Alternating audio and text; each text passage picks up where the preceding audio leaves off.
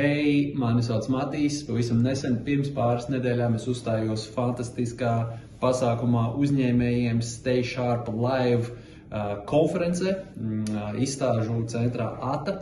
Tur bija virs 500 dažādi cilvēki, pārsvarā uzņēmēji, un es dalījos ar savu pieredzi par kompāniju būvēšanu, kā esmu uzbūvējis dažādus biznesus, kuri apgroza virs 200 miljoniem gadā, un pats galvenais, kādas kļūdas es esmu pielaidis būvējot šos biznesus, un cik man tas ir dārgi maksājis. Tā kā šeit ir mana prezentācijas video ieraksts. Ceru, ka jums patiks. Labi. Let's go. Take it from the top. Let's go. All right. Guys, you still got some energy? Yes. Man, every time Nix and his team does these events, they 5 times in size. So next year or next time, you're going to need a public sports stadium or something. So fantastic. Congratulations. Round of applause to the organizers, guys. All right, so I will talk about the biggest mistakes I've done in building a number of companies that have a combined revenue of over 200 million euros a year. And I want to focus on this because I think it's relevant, especially for people that have started businesses and they want to learn from somebody that already kind of has done it. So let me see. All right. The context in which I will talk about these mistakes is based on my experience, which is specifically high growth companies, meaning you start a business and it grows very quickly, right? And in this context, an example of what I mean by high growth or definition of high growth for me is when you start a business, it takes like, let's say, a couple of years to get to your first million in revenue, and then you hit the high growth phase. So let's say, 3 years, you're kind of struggling to figure out the product market fit, the team, the market, etc. And then the next year, you grow in revenue twice to 2 million. Then the year after, it's 4 million. Then the year after, it's 8 million. 15, 20 million, 40 million, and so on. That's what I consider high growth, right? And you might think that, you might have a business where you have never seen such a growth in your life, which is okay, and you might never actually get there, but some of you will, for sure. The good news is that when I speak to business owners that are small business owners, the mistakes that they do are very similar to the mistakes that I have done in my experience, right? So the speed of growth of your business could be different from mine, but the environment could be different, but the mistakes are actually very similar for people that own and run high growth big companies and also small businesses, okay? And so my focus is really to talk about the mistakes not in terms of specific technical things that I've done, but more in terms of the mindset, right, that has led me to those mistakes. So you can maybe recognize this mindset in your own situation, in your own business, and then maybe change this mindset so that you don't apply the mistakes that, or you don't do the mistakes that I have done. All right, and so here's a shitty looking slide where basically I'm kind of showing what high growth means. So this is me and my business partner, Davis. He was my school friend and still my main business partner. We are here, I think, in 2012 on my parents' couch drinking whiskey, thinking about how to start a business. And then 3-4 years later, this is our team picture from the Polish office. And like 2-3 years later from this, we had more pictures like this across Mexico, Denmark, Georgia, and so on and so forth. So that was the high growth. Appreciate it.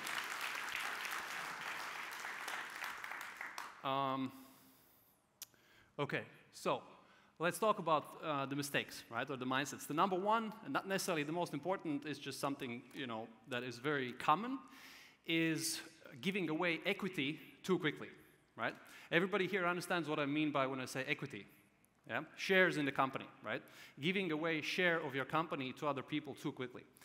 And ironically, when you want to build a business very quickly, one of the best ideas is to give shares in your business to other people so that they can help you grow it faster, right? Of course, it doesn't mean that you can have a shitty business model. You still have to have a great business model so you can scale it.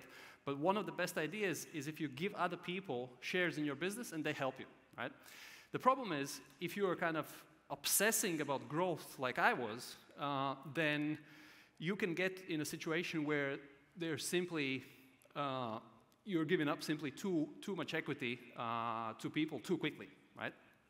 And I'll talk about the situations in where this happens most often, but let me just go, because I think the slides are mixed up.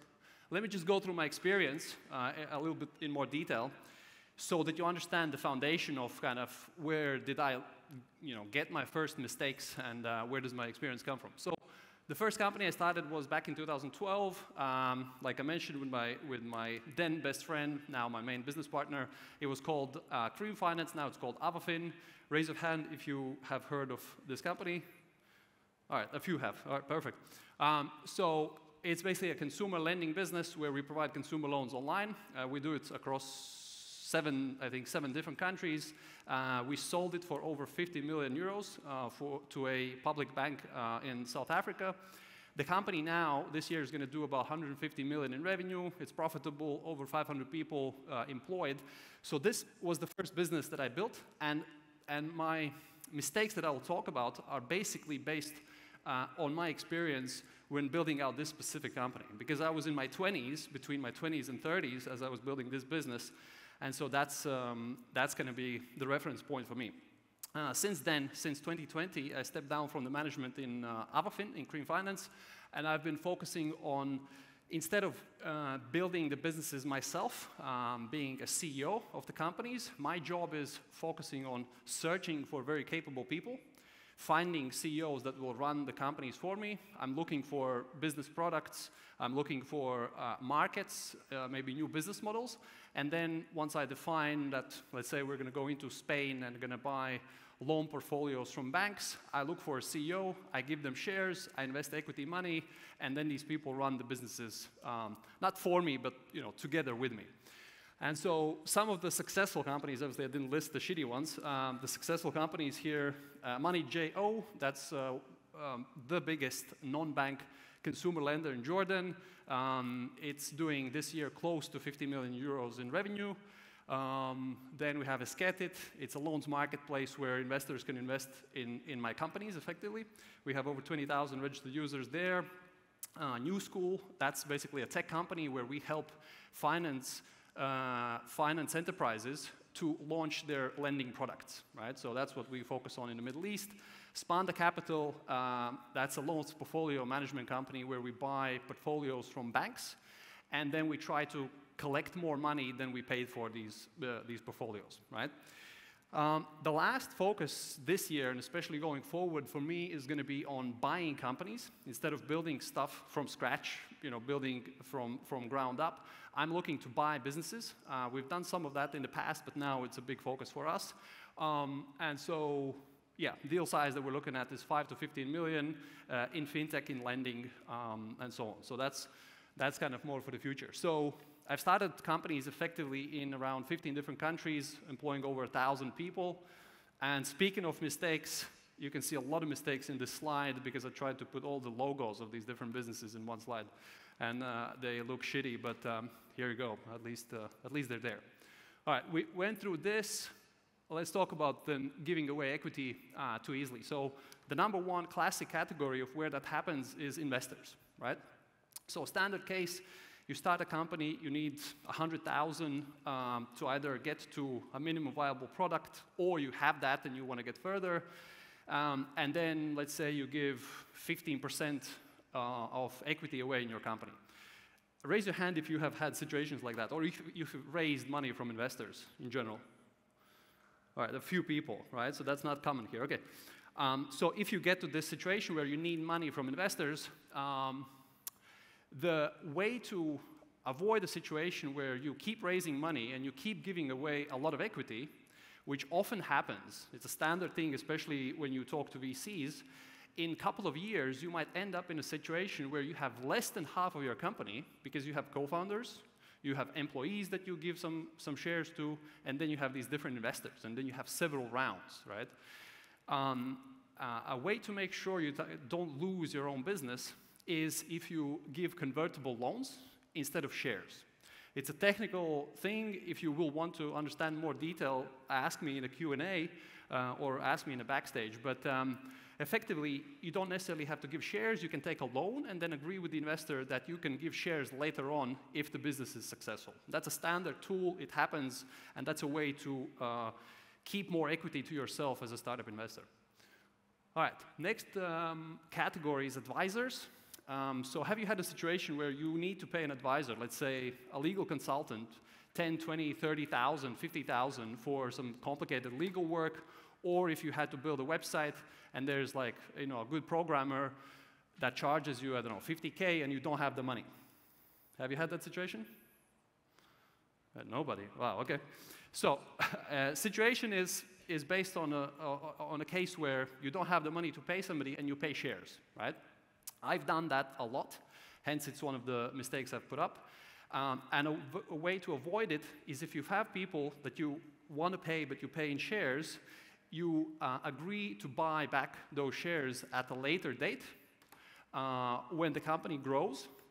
And so that, again, you have some optionality to be able to keep more equity in your company as the company is growing quickly, right? Okay, key employees, that's another super useful and valid situation to give your shares, right? You have, executives, smart people that want to work in your company, and you cannot pay them a full salary. So let's say you pay half the market price. Let's say the salary is 5,000, you pay 2.5, and then the rest you give in shares. The situation often happens is that you pay these employees in shares too much, because 3 years down the line, either the employee is no longer meeting the needs of the business, maybe business grows in a different direction or it grows very quickly, and then you're stuck with a situation where you have somebody that you gave 10% equity, right, like a programmer. Yes, you assume that's going to be a CTO for the next 10 years. But 2 years down the line, they no longer work for the company. So a way to avoid that is by vesting the shares. Have you heard of the term vesting? All right. Some of you have, some not. Vesting is simply where you say, okay, I'll give you 10% share in the company. You're going to be my head of IT. But I'll give you that 10% over a 5-year period. So let's split it in 2% chunks. Every year, 2% is vesting. It goes to you. It goes to the employee, right? And the good thing is, if in year 3, the CTO is no longer good for the business, or you fire, or you have an agreement, or a disagreement, or something like that, they only keep what they got, but you don't, give more shares for the performance that that person no longer provides to the company. So, in essence, what I wanted you to take away from this slide is to compare the speed of growth to the cost of growth. In the media and everybody in conferences likes to talk about companies growing very fast. Growth costs money, right? So it's oftentimes smarter to kind of grow a bit slower, keep equity in the company, but then you can make sure that you can be richer in the long term. Let me give a quick example, because I need to go fast, of Lyft. Have you heard of a company called Lyft? Yeah. So basically, of those that you haven't, it was the biggest competitor to Uber, right? Now, it's in terms of size, I think it's similar to Bolt. So Lyft started the same time as Uber did. It was not as successful. It was like a runner-up, but still a massively big business. They did an IPO in 2019, $25 billion market cap. Insane, right? Now it dropped, to $5 billion, but it's still a massive company. The story with this business, why it's actually popular, is these two guys clapping hands. They're the founders of Lyft. In order to grow this business so quickly and catch up with Uber as it was expanding so aggressively, they had to sell so much stake and raise so much money that they ended up with 1% stake in the company each, where you have a business that's massive. It's like top 2,000 private companies in the world by market cap, right? It's an insane success story by any measure, but you own less than 1% in the company as a founder. And that's pretty painful, and that's pretty crazy. So there's examples like this around. All right, chasing too many priorities. This is my specialty. 15 different projects running around. Everything seems important. Nothing gets done. Can you relate to this? All right, cool. Good. The problem for me, why that happened largely, was my lack of experience in business, especially in the beginning. But it's still the case, where I just didn't know what really matters and what doesn't, because I thought everything that happens in a business is a life or death question. Yeah? If I don't have enough money to pay employees, have you had that situation? Okay. I thought I'm going to fucking shit my pants and they're going to all leave my company if I don't pay them on time, right? Which wasn't the case. I mean, if you talk to them, they understand and you work together. Or for example, if you get sued. Have you been sued in court? Anybody? All right, some people. Lucky ones. Good luck.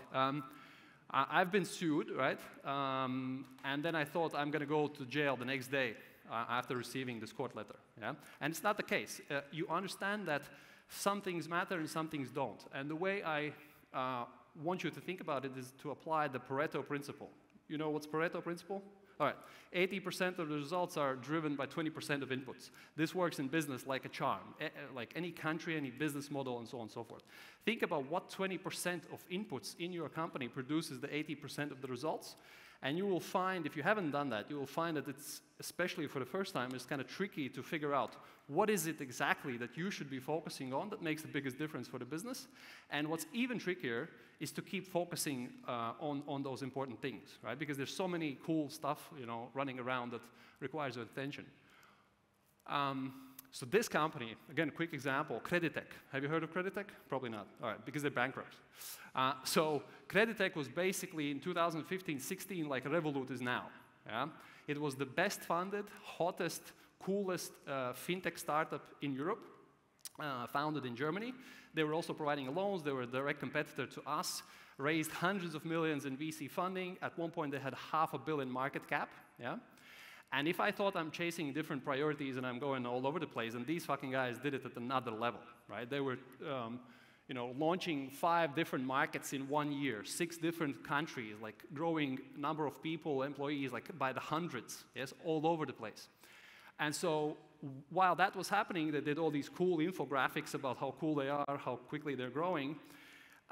They were just focusing on too many things. And even with those hundreds of millions in funding, it didn't help them, and eventually, because they didn't focus on the things that matter, scoring, credit risk management, technology, and things like that, they went under during COVID, right?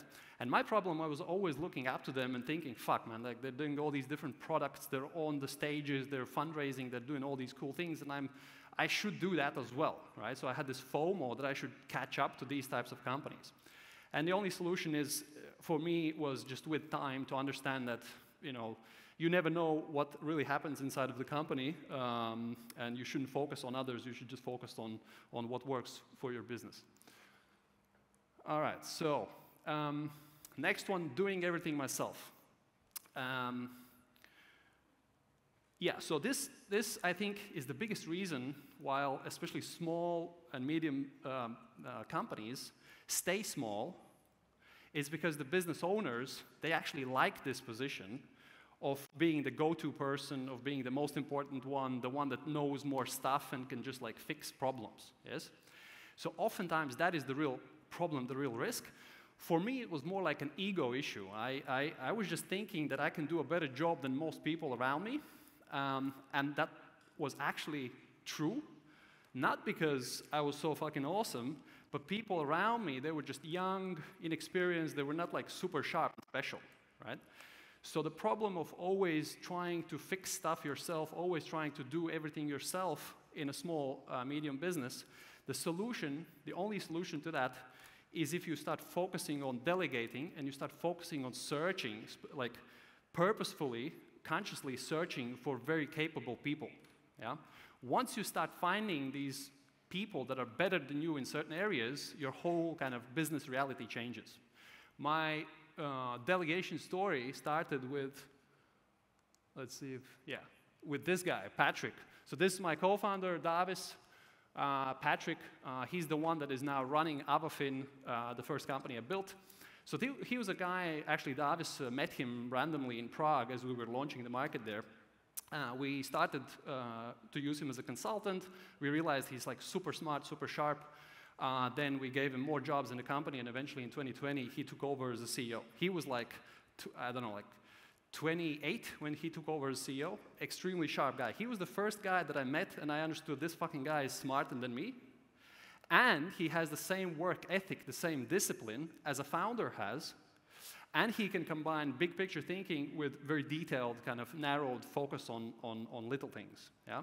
And when I met him, that's when I started believing that you can actually delegate and you can be sure that other people will do better stuff than you can do, right? And that didn't come from, you know, just reading HR books about delegation. It came from meeting people that are actually better. And since then, my focus is largely on looking for really capable CEOs, really capable executives. Okay. All right, last slide, forgetting to be selfish. So this word is maybe a bit weird, not clear what I mean by this. And what I mean by this is, if you only focus on building your business, building the company, always putting company first, or the needs of the company first, and your personal needs as a business owner second, then if you hit this high growth phase, you might end up in a situation where you are a slave to your company and you're working for your company instead of the other way around, even though your intention was completely different, right? And I'll explain how that happens. So I would assume a lot of you people here are really dedicating your life to your business. Maybe yes, maybe no. Raise your hands if you're like sacrificing a lot of your life to your company. All right, so basically, yeah, majority of you can relate to this. If you think, and if you have this mindset that, okay, I'm going to sacrifice my life for the business, 10 years, 15 years, whatever it takes, and the company grows big, successful, rich, whatever the success definition for you is, then that automatically means that I will be rich as a business owner. The problem is it doesn't work like that. Yeah? It doesn't work like that because unless you have enough money and you have enough control in the business that you have 50%, 60, 100% of the business, once it's grown successful, unless you are in that luxury position, which most people are very rarely are in, you will have a situation where you take on other investors, you share equity with your co-founders, you, God forbid, are in a regulated business and the regulator tells you what to do. So there's all these stakeholders in the company that you've built, and you end up being just one piece of the puzzle, yeah? And so this is where you have to be careful in terms of like this academic expression. There's a difference between value creation, when you build a business and you build value, and value extraction, yes? I think it's a very good distinction, value creation and value extraction. Value extraction is when you protect your rights as a business owner, yeah?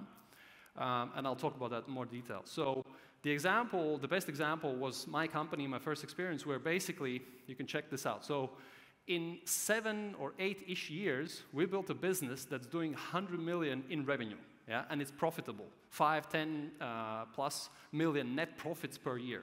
We have 12 different shareholders, family office, VC, a public bank, all these different types of people, employees that own the stock. We are regulated in different countries with central bank regulation and so on and so forth. When we stepped down, I stepped down from the CEO role in 2020, and before we sold the business, which was recently in 2023, there were a number of years where the company was effectively doing 100 million plus in revenue. It was generating net profits, and we got paid fuck all as owners of the business and founders of the business. We didn't get paid dividends, and we didn't get paid any salary. There was independent management already in place, which had the right agenda, which was to grow the company, to keep as much equity and as much capital into the business to make the business more safe. And we had a big bank that didn't need the dividends, right? So we two guys were there stuck with this relatively big company and getting paid nothing until we sold the company, yeah? And so the reason for that was we gave up so much control and we grew so quickly, and we didn't know that we have to more precisely focus on our rights as shareholders. And so what's the solution? So the solution is, I mentioned this in the previous conference, is to have a very strong shareholder agreement. Any idea what shareholder agreement is? Raise your hand. All right. Raise your hand of those people that have a shareholder agreement in your company. Few. Like less than 3% of the audience. So this is relevant. So when you have a business, have a shareholder agreement where you list things, decision-making power, who decides when dividends get paid, how do you approve budgets in your company, how do you decide whether you're going to sell or not sell the company? What happens if one of the co-founders wants to step out or sell the business? All of these things, any good lawyer will tell you. I'm just mentioning kind of high-level examples. You need to put into a shareholder agreement, and you need to really spend time and energy protecting your position in the shareholder agreement. Otherwise, you're going to sacrifice your life, build out the business, it hopefully becomes successful, but then you realize, fuck, I've done so many mistakes not protecting my rights that I don't have a position where I can monetize and get money out of the company. Yeah? There's other technicalities of how you can do this. Another one is having different share classes. So let's say founders have a share class A, which gives them more rights in deciding about the company than, let's say, investors or advisors that have some shares. They have share class B, where they don't have any rights to approve dividends, they don't have any rights to approve any sale of the company or anything like that. So there's various ways of how to protect yourself as a shareholder. I think that's it. My time is over. If you like this content, please subscribe to my YouTube channel. That's going to make my weekend very happy. Thank you.